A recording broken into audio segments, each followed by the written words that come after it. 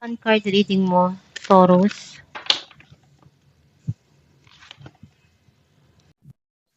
Minamanifest mo yung changes sa buhay mo.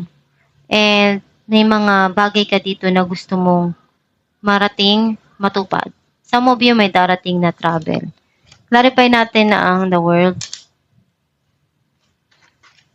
Ace of Wands and King of Pentacles. Mas nagbibigay ka ng attention sa trabaho mo, sa financial mo, or pwedeng business na mapalago yun. And may darating dito na bagong opportunity or sisimulan mo na pagtutuunan mo ng attention. Pwedeng magbigay ito ng magandang pasok ng income or career para sa'yo. Kasi andun yung passion mo eh. At ikagrab mo to. May mga pangarap ka na talaga